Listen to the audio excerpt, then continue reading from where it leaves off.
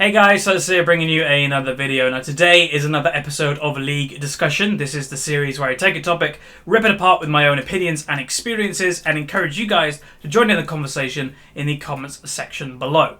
And now today's topic, as you can tell by the title, is talking about the differences between the ratings of League of Legends. So what makes a bronze player bronze, what makes a silver player silver, etc. And what are the differences between these ratings? Now the first thing to say is this could be a slightly controversial video. I can see it coming already in the comment section saying, hey, I do all this that you say a gold player is, but I'm in bronze. That may be true in the fact that you think that you have all this stuff, but it's actually applying it which makes you that rating, which we'll be going through in a minute. But basically the way that I'm going to do this video is I've got some main headers that I have taken League of Legends as a game and said, right, what makes a good player good? And I've taken all them headers and we're going to be talking about them individually, and they're going to come up over here as I kind of name them, just so you know what I'm actually talking about. So the first one, we're just going to go through them as a kind of menu, I suppose. So game knowledge is the first one, match knowledge, mechanics, preparation, attitude, and dedication. So they are, I think, 6 titles or 7 titles that we'll be going through today, as they are the ones that I've dissected in the game that I think, yeah, if you're good at all of these, you should be a very good player. So let's go through game knowledge first. Game knowledge is a very important thing, and it's a big thing that separates, let's say, a bronze player to a gold or platinum or above players. So game knowledge, if you're somebody that wants to be higher up in solo queue, your game knowledge has to be good. You have to go into a solo queue game, and no matter what champions are on your team or what champions on the enemy team, you should know what every single one of their abilities does, how roughly much damage that ability does, if it's AD or AP, what type of item build will that champion do, do you need to counter it, and if so, you have to actually act upon that. That's what game knowledge is. Game knowledge is just knowing about the game in general, and yeah, a lot of people especially in bronze or silver, their game knowledge is lacking. Couple of reasons why this may be is that they rush straight into ranked at level 30. They're so excited. They got into League of Legends because a couple of friends are playing, or they've got into League of Legends because they know the professional scene is amazing and they've already got in their head they're going to go pro. So they rush into ranked, they go very low in rating, they get frustrated, but one of the big things that they've tripped up on is not actually learning the game in its knowledge terms, not actually doing it a bit of research, not actually playing a lot of normal games. That's kind of where they fall down in game knowledge. The next one is match knowledge. Now, a lot of people would have heard of game knowledge, but a lot of people may have not have heard of match knowledge. Basically, what match knowledge is game knowledge, but using your game knowledge in the match you're currently in. It's all well and good watching a YouTube video, watching one of my commentaries and saying, you made a mistake here. But what you have to realize is I'm in the game right then and there live. So that is me. If I've made a mistake, that is me not using my game knowledge in the match. So that is me using poor match knowledge. Now, what I'd probably say about this point is a diamond player probably on average, obviously there are differences, on average, if you take 100% as perfect, you literally using all your game knowledge possible and you're applying it to the match you're currently in, if you've done it perfectly, it's 100%. A diamond player most likely would be around the 80% mark, that they're using 80% of their game knowledge in the match that they're currently in, so there is room for improvement. Where a bronze player, a silver player, most likely is in the 30 to 40% mark, that they're not really thinking about what's going on, they're just playing the game. And that is a big area that I always see when I teach people or I'm watching random games. That is a big area that I see people fall up upon. It's great having great game knowledge. People in the comment section all the time say, I have the game knowledge of a diamond player, but I'm in bronze. That's because you're not actually applying it in the game you're currently in. Because it's a totally different situation to, as I said, watching something or watching a replay to actually when you're playing live yourself. That is when it's important to actually have the match knowledge, to actually use your knowledge, your game knowledge in the match you're currently in. The next one is mechanics. Now, a lot of people, there's 2 different camps generally. when it comes to mechanics. Either you need amazing mechanics or mechanics aren't that important. There isn't really a middle ground, but I'm somebody that is in the middle ground. As in, you're not going to get very highly rated easily if you have poor mechanics, and also mechanics aren't everything. I'm somebody that is like, if you want to be an overall very good player, you should try to just be very good at each of these things. Now, we will get into something a bit later that basically is just excelling at one of these areas. But basically, yeah, mechanics are important. The people that you find that value mechanics amazingly highly, they tend to be the Riven mains, the Vayne mains, these type of champions, because they are pure mechanic champions. But then you also see these type of players have terrible match knowledge, as in they will only split push, they don't realise when it's good to group, their item builds are a bit dodgy sometimes. They're the people that, yes, your mechanics are great, you can do amazing 1v1s and all that stuff, but you're lacking in game knowledge and match knowledge, therefore you're probably going to be lower rated than you actually deserve if you pick up them areas a little bit to match your mechanics. Now, the next area is preparation. A lot of people, and again, all these areas I see people make mistakes in. Preparation is one that I see a lot of people make mistakes in the fact that they aren't prepared to go into ranked, especially. They don't have rune pages, they don't have a sufficient champion pool, they don't have, as in going further into champion pool, they don't have a sufficient taste in all the roles, as in if they are, they can play top and mid. Oh, you have to go AD carry this game? Oh, I don't play AD carry. That's being really bad at preparing to go into ranked. In my opinion, it's all well and good being a one-trick pony. If you want to do that, do that. It's all well and good playing one role, but you have to make sure that you can play every single role if you have to. That's the point. If you have to, sometimes you're going to have to, unless you're just going to dodge every single time you don't get your role, which some people do, then just be prepared to play everything in the game.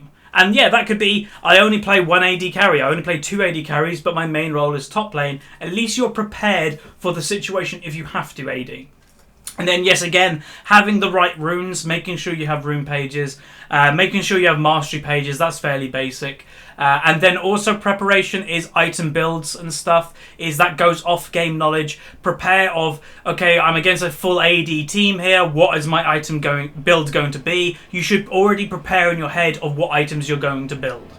Next point is attitude. Attitude is a problem that this won't stop you really going up or down in rating. There is a lot of still toxic people in Diamond. As I said, I think in the last Unranked Diamond, there's a lot of toxic people in Diamond. And they just excel at mechanics or game knowledge or match knowledge. They just are good at the game in general.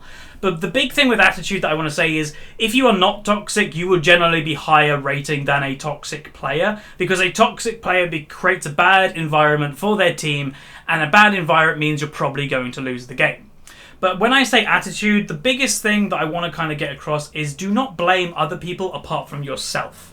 As somebody that came from a sports background, I always basically I'm harsh on myself. If I'm lower rating, in my main account right now, I'm usually Diamond 1, Diamond 2. I'm currently in Diamond 4, and the only person I blame is me, because I have played so badly recently, I kept dropping and dropping and dropping. And maybe I should have taken a break from my main account, but I kept playing, so it's only my fault. It's me playing bad, it's me continuing playing bad when I know I'm playing bad.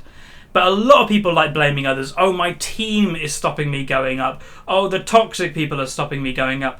Firstly, it's not your team's fault that you're low rating. You get bad teams every single game, practically in solo queue in every single rating. It's rare if you have a good team.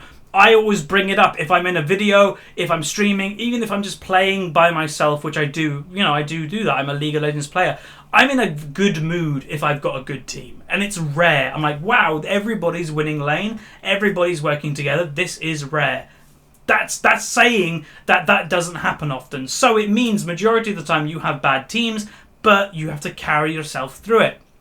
Can't blame anybody apart from yourself. If you get over that, and if you're somebody that is in bronze or silver, has been there for a while, and if you're somebody that blames all the time, if you get over that attitude problem of blaming people, trust me, it'll free you up completely. It'll probably make you a better player and allow you to carry more instead of just blaming people. Now, the final point I want to kind of go through before we go into the individual ranks is dedication. dedication is something that people don't really consider when it comes to a video game, but yes, dedication is part of it. You know, it's like World of Warcraft. If any of you have played that, you're not going to suddenly get the best gear. You have to show up to every raid every week. You have to get the DKP if you're doing that system of loot. You have to be dedicated in order to get gear, in order to kill bosses, and the same goes for League of Legends. You're not going to be some amazing player if you hardly play the game. You're not going to be highly ranked if you don't play ranked. You've got to be dedicated in that sometimes you're going to lose, but it's getting over them losses in order to move forward. And a lot of people give up. A lot of people have very poor dedication to this game, and they still expect way too much. But anyway, those are the headers that I kind of came up myself and was like, these are the main points that I'd say is what makes a good League of Legends player. If somebody is good at all of these things, they should be fairly high rated. So now I'm going to go through one point quickly before we actually go into the different ratings, and that is, in order to be high rated, you don't need to succeed at all of these things. That is a very big point that I want to make. It is great if you are good at all these things. I myself probably think that I'm fairly average in terms of a diamond player in all of these things. My mechanics are okay, my preparation is good, my attitude's good, my dedication is good, match knowledge and game knowledge are both good. I'm just good across the board. Do I excel at any of these things? I probably excel at game knowledge, but do I excel at match knowledge? Not really. It's probably average again for a diamond player. So I'm a fairly average diamond player. And yes, I've been diamond 1, I've been diamond 2 probably for the most time. So yeah, as a fairly good diamond player, I'd say I'm average. But I have seen so many diamond players, and it's practically in every single diamond game, that yes, they could be just having a bad game. But what you have to understand, especially when you're higher in diamond, you meet the same people all the time in ranked, because there's less people. In diamond, there's maybe only 10,000 people, where if you go to silver, there's a couple 100,000. So the pool of people that you can play with is a lot smaller. It might be less than 10,000, I'm not sure. But basically, you meet the same people all the time. So you get used to some people. And there are a lot of Riven mains that I've played with, a lot of Shaco mains that I've played with all the time, and you recognise these people more because they only play one champion. I've probably played with a lot of other people, but just not recognise them again. So one thing that I would say about these people is that, especially like the Riven mains, and that's kind of why I bring it up, is some of these Riven mains mechanics are so good. Like, it's impossible to fight them 1v1. They will just flat out kill you, outplay you, like box. You just watch and your jaw drops. They probably have challenger level mechanics. But then when it comes to later in the game, when it's time to group and everything, that is where their game suffers, and that is why the main reason they're in Diamond 3, Diamond 2, Diamond 1. That's why they're not in Master Plus. It's because their match knowledge and game knowledge is bad when it comes to when should I group, when is it good to try and flank my enemy, when should I TP. That's where they're lacking. They focus so hard on mechanics, but for a lot of people in this game, Diamond is kind of like the main goal. A lot of people want Diamond, and they're like, well, if I got Diamond one day, I'd be done. So if that's all you want in this game, you can just take one of these, and I'd probably say the main three is mechanics, match, and game knowledge. They're kind of the main three in order. If you want to excel at one of these things, do it there. I'd probably put game and match knowledge actually together, because there's no point having game knowledge if you don't take it in your match. But still, they're kind of the main three. So if you want to be Diamond, yes, you can just focus completely on mechanics and be a very good mechanical player, but you may suffer when you get to Diamond. Or you could be an amazing match knowledge player. You can make pings, you can tell people the strategies of what you're going to do, use all your game knowledge in that aspect. And then again, I've seen people that are very good at match knowledge. They have amazing strategies. They say, no, let's wait in this bush for a minute, we'll kill them. Happens every time. They just know what is happening. And they're very good strategists. That is, again, a worthwhile route. But if you want to be a well-rounded player, then focus on every single one of these headers. But I'm just saying, the opportunity is there that if you just want to focus on one of these things, you can still be high rated. Now let's go into something a little bit kind of more onto the title of this video, I guess, and that is, what are the actual differences between bronze, silver, gold, platinum, and then diamond plus. I'm not going to go what are the differences between master and challenger and all that, because most of that, honestly, is the amount you actually play. When it gets to that level, everybody is pretty much good, or like all of each other. There are some amazing challenger players, but when you get to Diamond 1, a Diamond 1 person can beat a Master person. A Diamond 1 person, on a good day, can beat a challenger major person. So pretty much that kind of Diamond 1 plus area is kind of all mixed together. It's just who's dedicated enough to play the game. But anyway, a bronze player, and this again is completely stereotyping. This is, again, if you're saying, hey, you don't know what a bronze player is like, etc. This is my experience of 5 years. I was a low-rated player myself like 4 years ago. I've coached a lot of people while I've been playing League of Legends, and I've coached bronze people, I've coached diamond people. I've even done 4 accounts from unranked to diamond. I've done the whole shebang. I know how the solo queue spectrum works. So bronze players, in my opinion, are people that mainly suffer in 2 areas, some a little bit more, but the main 2 areas that they suffer in is game knowledge and mechanics. So some bronze players do have terrible attitudes. They do blame other people on them being low rated, but that won't be the main reason that they're bronze. The main reasons, as I said, the 2 main reasons is that they don't really know what's happening in the game knowledge, that they don't know what champions do, they don't know the correct item builds, they just don't know the game very well. And then secondly, mechanics. Some bronze people that I've watched and coached, their mechanic control on their keyboard or mouse, they don't have any control. You know, they're clicking wildly, they don't know when to use their spells, it just doesn't link up with their brain. Whether it's coordination, I'm not really sure, but those are the 2 reasons. So if you're a bronze player listening to this right now or watching it, then yes, I'd say if you want to improve your mechanics, spam normal games and just play mechanically difficult champions. You know, play Riven, play Lee Sin, play Vayne, even though I hate Vayne. Play them champions, and even if you don't really play them champions in ranked, playing them champions will help you improve your mechanics quicker. Because obviously champions like, I don't know, Soraka, it's hard to, off the top of my head, Soraka, Severe, these are not mechanical champions, so they're fairly easy and they won't help you improve your mechanics very quickly. So there you go. And then if you're bronze and you want to improve your game knowledge, don't play the game. Go watch guides, go watch videos, go on probuilds.net, look at what pros are doing, go on LolWiki. If you're on think in your head, is there any champion in this game that I don't know? Go on your client, go on the champions tab and go, I don't know who that is. Go research what they do, just in case you're in solo queue and you come across this champion. At least you know what they do. Then secondly, if we go into silver, so silver, and it's a fairly obvious pattern here, but basically every single rating of the game is just a little step up. And it's sometimes very minor, like the difference between bronze and silver is very small, but there are a little bit of differences. The big difference that I find with a bronze, obviously there are also differences within bronze, like bronze 5 to bronze 1 is a million difference apart. But I'm just generalizing here. So the difference between bronze and silver isn't very big. The average player in League of Legends currently is silver 4.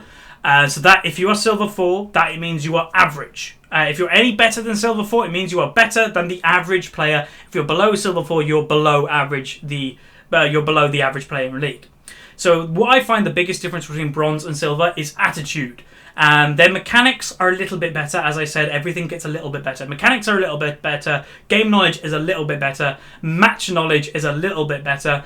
But it's mainly attitude. Silver is the rating when people start to tend to stop blaming other people. They take responsibility for themselves and they start to actually learn how to work as a team, how to carry if they need to. This is the rating that I actually think that myself made the biggest improvement as a player 4 years ago. And I do see a lot of improvement whenever I'm coaching somebody. If they're in platinum players tend to think they're already good. So they don't really listen, they don't really take in. But a silver player is somebody who is willing to learn and accept they're not very good at the game. I've met some bronze players that think they're gods, where silver players are a lot more humble, generalizing, obviously. So they're a little bit better than a bronze player in most aspects, but their attitude has improved a lot. Gold. Gold's an interesting one. Gold is actually the rating. The next 2 ratings that I actually believe are the most toxic ratings of the game is gold and platinum. The reason for this is gold players know that they're above average, basically. And they know that they're above average and they think that they're starting to think they're getting good at the game. Their game knowledge is better than a silver player. Basically, all the areas are better than a silver player. But this is actually where I find attitude goes down. So bronze attitude is bad, silver attitude is good, gold attitude is bad, which is weird. But basically what I find is people are after certain things in League of Legends, where a bronze and silver player, all they want to be really is gold, so they get the rewards after the season is over. They get the free skin, they get the gold border, which is nice. But then when people are in gold, they think gold isn't good enough. They think, I don't want to be gold, I want to be platinum, I want to be diamond. So they act quite toxic. That's where the blaming game comes back into League of Legends. And yes, their mechanics are better than the silver player, their game knowledge is better, the match knowledge is better, but attitude worsens. So if you are gold right now, and just reflect on yourself, and if you are somebody that does blame others, try and get over that, and again, that will kind of unblind you and hopefully help you climb. Platinum again is kind of where I say is not a good rating in this game, again, I've done several counts through unranked to diamond, and majority of the time it's very quickly to get through bronze, silver, to get there straight away, quick to get through gold. Platinum takes a little bit longer. Now the reason for this is so many people in platinum have the hero complex. Now I haven't talked about the hero complex in this game, maybe I even should have put it as a main header, but the hero complex in this game is, I must be the hero this game, I must carry this game, therefore even if I'm playing bad, I'm still going to play all in. That is the hero complex. Is someone on my team is fed, I'm not going to just protect that person, I'm going to go for the glory, I'm going to try and get all the kills. That is platinum in a nutshell. That everybody is greedy, everybody wants to get kills, and that is what the game is actually focused on in platinum, is getting kills. Objectives comes in like diamond plus, where kills is platinum in a nutshell. So if you are platinum and you're stuck in platinum, all I'd say is focus on being a team more. Don't be the hero, you don't need to be. Yes, if you're the one fed, then be the hero. But if you are on a role that is a support role, or if you just realise that your mid laner or AD carry is extremely fed, just help them out. You don't need to kind of take the glory. You don't need to put the game in jeopardy if it's basically a free win anyway. Now, and again, platinum mechanics, game knowledge is a little bit better than the ratings before it. Now, Diamond Plus, I've put all these together because, yes, there's a massive difference between a Diamond 5 player and a Challenger player. But generally, mechanics, every single part of this is the same. The good thing with the Diamond player, that I find anyway, is their dedication is good. They've played enough League of Legends to know most about the game. They know, what's good in the meta, what's bad in the meta, or they're a one-trick pony that knows their champion extremely well. That's basically what a Diamond player is. They just know the game very well.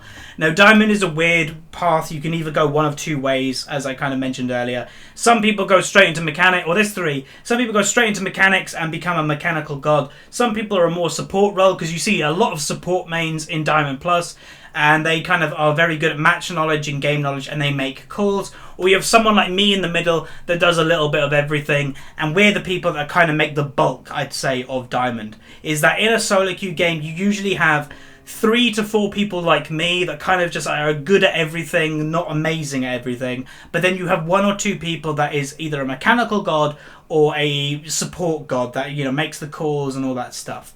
And yeah, Diamond is very flexible in that. You've got Diamond, so well done, you're very good at the game. Your mechanics are most likely okay to be Diamond. Your game knowledge is probably very good. Your match knowledge could probably do with improvement, like mine, but it's good enough to be Diamond. Hell, you're Diamond, well done, give yourself a pat on the back. But what can you do to improve in Diamond is basically look at your own mistakes. That's the big thing with being a Diamond. It is then dedication. It's looking at your own replays or whatever you can do, and simply, I made a mistake here, and make note of it. I made a mistake here, here, here, and then try to improve on them. Diamond Plus is all about limiting how many mistakes you make. And then if you limit it and you barely make any mistakes every game, you should get fed every game, or more or less, and you should go up. It's that simple. But then again, when it comes to being Master or Challenger, that is where proper dedication comes in, and you're literally playing solo queue all day. If you're in the top 20 in Challenger or top 50 in Challenger, you're literally only playing solo queue and that's it. And as someone like me that plays different video games all the time, I don't just limit myself to League of Legends. I will most likely never be Challenger because I just don't play enough. Master maybe if I try a little bit harder, but yeah, that's basically how it works. But hopefully you guys enjoyed this video. This was a much longer League discussion than normal, but it was a pretty big topic, and what I'd say is if you have any opinions about what else is important in the game, what isn't important, put them down in the comments section below, and I'll be reading through all of them. I'll be joining in some of the conversations as I normally do. And yeah, and also one thing to say before I go is I am probably going to again change the format of this series, that I'm actually going to probably try and record one of these live while playing a League of Legends game, and then I'll edit it together to make sense when I'm actually, you know, finished the game. And I've been thinking about doing that for a while. But anyway, hopefully you enjoyed this video. Like it if you like it, subscribe if you haven't, share with a friend if you've got any, and I'll see you guys next time. See ya.